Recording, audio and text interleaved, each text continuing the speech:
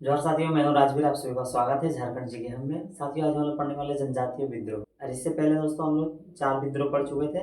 ढाल विद्रोह, चेरो विद्रोह, चुआड़ विद्रोह और पहाड़िया विद्रोह। आज हम लोग स्टार्ट करने वाले हैं तमाड़ विद्रोह। तो दोस्तों सबसे पहले हम लोग जानते हैं तमाड़ विद्रोह कहाँ है। तो तमाड़ में रांची, देवरिया। और ये जो तमाड़ विद्रोह में जो भाग लेने वाली जनजाति है वो कौन है? मुंडा जनजाति। तो याद रखना है, बहुत इंपॉर्टेंट पूछा जाता है कि तमाड़ विद्रोह में कौन सी जनजाति भाग लिया था। वो है मुंडा जनजाति। इसके मुख्य कारण को समझते हैं दोस्तों, ठीक है। इसका क्या मुख्य रीजन रहता है इस विद्रोह होने का। तो इसमें रीजन ये रहता है दोस्तों कि जो अंग्रेजी शासक थे, वो उसका अत्याचार दिन ब दिन बढ़ रहा था। जो दिक्कू थे इनके क्षेत्र में आगमन होने लगा था, ठीक है। और इनकी जो जनजाति थी इसके साथ हस्तक्षेप होना स्टार्ट हो गया था। नागवंशी राजाओं का अत्याचार इस पे होना स्टार्ट हो गया था। रामगढ़, पंचेत, बीरभूम जैसे विद्रोहियों का आगमन होना स्टार्ट हो गया था। और इसके कारण से विद्रोह जो है उत्तेजना और तेजी से बढ़ा। 1783 ईस्वी में दोस्तों ये होता है, विद्रोह को जमींदारों का साथ मिला। लेकिन परिणाम क्या निकलता है? अंग्रेजी अधिकारी जो थे जोन्स, ठीक है, मेजर जोन्स, इसके द्वारा इस विद्रोह को दबा दिया जाता है। 1790 ईस्वी में फिर से पुनः विद्रोह होता है, ठीक। और इस विद्रोह के प्रमुख नेता कौन थे? विष्णु मानकी और मोजी मानकी। विष्णु मानकी और मोजी मानकी इसके प्रमुख नेता होते हैं। और 3000 मुंडाओं ने कर देने से इनकार कर देता है। 1790 ईस्वी में जो पुनः विद्रोह होता है उसमें से क्या होता है कि 3000 मुंडा जनजाति जो है वो इनकार कर देते हैं कर देने से, ठीक। और फिर क्या होता है, इस विद्रोह में जो अंग्रेजी अधिकारी रहते हैं, वो उसके कैप्टन जो होते हैं इस विद्रोह को फिर से दबाने का कोशिश करते हैं, ठीक। कोशिश करते हैं लेकिन क्या होते हैं, असमर्थ हो जाते हैं। क्योंकि यहाँ पे 3000 जो मुंडा थे उन्होंने साफ साफ इनकार कर दिया। फिर से इस विद्रोह को दबाने का प्रयास किया जाता है लेकिन इस बार असफल रहता है। तो अंग्रेजी शासन ने फिर से यहाँ पे अपने कैप्टन को भेजता है। और उस कैप्टन का क्या नाम रहता है? Lieutenant Cooper. और इस विद्रोह का दमन करता है और यहाँ पे 4 वर्षों तक इस क्षेत्र में 4 वर्षों तक शांति बनाए रखता है, ठीक। 1794 में फिर से विद्रोह होता है। फिर से एक बार विद्रोह को भड़काया जाता है, भड़क जाता है विद्रोह, ठीक है। तो उस विद्रोह के जो प्रमुख नेता थे वो कौन थे? भोलानाथ सिंह। भोलानाथ सिंह।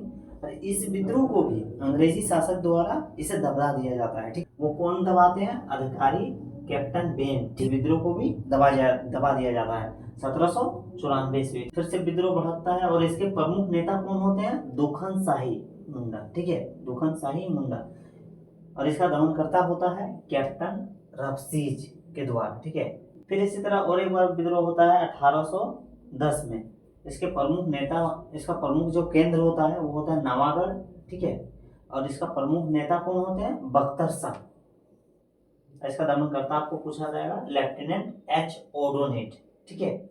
1819 में फिर से एक बार विद्रोह होता है और इस विद्रोह के प्रमुख नेता होते हैं रुदन मुंडा, कुटा मुंडा, ठीक है, रुदन मुंडा और कुटा मुंडा।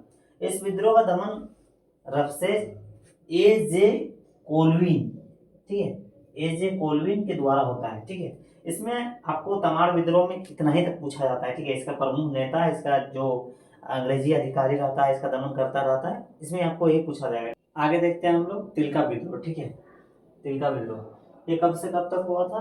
तो आपका 1784 से 85, ठीक है। इसका जो प्रमुख जो नेतृत्व करता थे वो कौन थे? तिलका मांझी, ठीक है। इसका जो जन्म हुआ था वो होता सुल्तानपुर, ठीक है, जो अभी बिहार में पड़ता है, ठीक है। और इसे जबरा पहाड़िया भी कहा जाता है, ठीक है।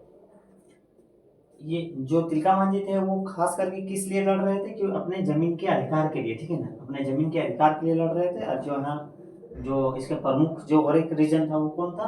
क्वीनलैंड, ठीक है, इसके भेदभाव की नीति के लिए, ठीक है।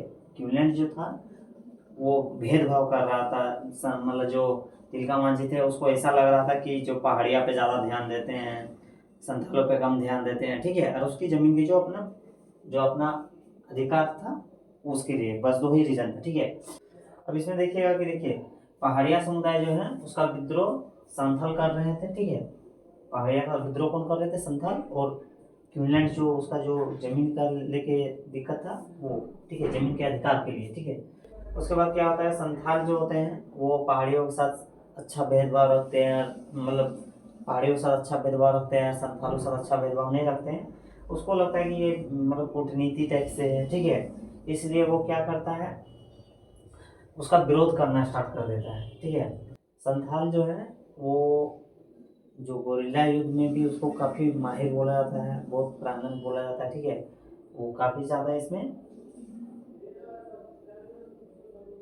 प्रांगण है, मतलब बहुत ज़्यादा इसमें माहिर होते हैं संथाल। ठीक है, 1778 ईस्वी में राजमहल के पुलिस अध्यक्ष क्वीनलैंड को, ठीक है, किसको बनाया जाता है? क्वीनलैंड को, 1778 ईस्वी। ठीक है, राजमहल के पुलिस अध्यक्ष बनाया जाता है क्वीनलैंड को। ठीक है, ये आप थोड़ा याद रखिएगा, ये पूछा जाता है। ठीक है, तिलका मांझी जो थे वो क्या थे? देखिए इसमें क्या है, तिलका मांझी जो थे उसने दो ही रीजन खास करके था। ठीक है, पहला अपना जमीन के अधिकार और दूसरा वो भेदभाव के कारण। ठीक है, यही आगे चल के बताया जाता है, बोला गया है तिलका मांझी जो है अंग्रेजों के भेदभाव के कारण विद्रोह किया था। ठीक है, और इसने जो विद्रोह किया था वो कहाँ से किया था? तो वो किया था वनचरी जोर से। ठीक है, उसकी शुरुआत कहाँ हुई थी? वनचरी जोर से। विद्रोह का संदेश साल के पत्ते से घुमाकर भेजा जाता था। जो तिलका मांझी थे वो अपने साथी को किस तरह से वो भेजते थे संदेश?